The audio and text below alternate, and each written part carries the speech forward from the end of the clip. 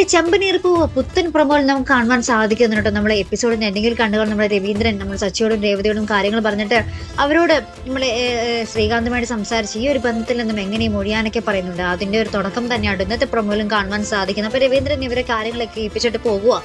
അപ്പൊ അതിനുശേഷം നമ്മുടെ രേവതി നമ്മുടെ സച്ചിയോട് പറയുന്നുണ്ട്, രണ്ടുപേരും ഇഷ്ടത്തിലായ സ്ഥിതിക്ക് രണ്ടുപേര് വീട്ടുകാരും കൂടി ആലോചിച്ചിട്ട് ഇവരുടെ വിവാഹം നടത്തുന്നതല്ലേ നല്ലത് എന്നിങ്ങനെ രേവതി പറയുമ്പോൾ തന്നെ നമ്മുടെ സച്ചി അവരെങ്ങനെയെങ്കിലും അകറ്റാൻ നോക്കുമ്പോൾ നീ അവരുടെ കല്യാണം നടത്താൻ നോക്കുന്നോ എന്നൊക്കെ പറഞ്ഞ് നമ്മുടെ രേവതിയുടെ മെക്കിട്ട് തീർന്നുണ്ട് കേട്ടോ.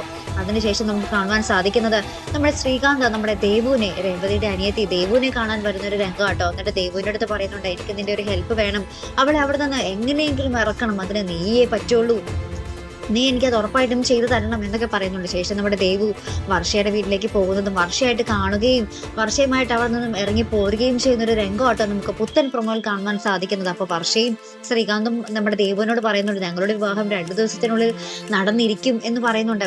ഇപ്പുറത്താണെങ്കിൽ നമ്മുടെ രവീന്ദ്രനും സച്ചിയും എല്ലാവരും എതിരാണ്.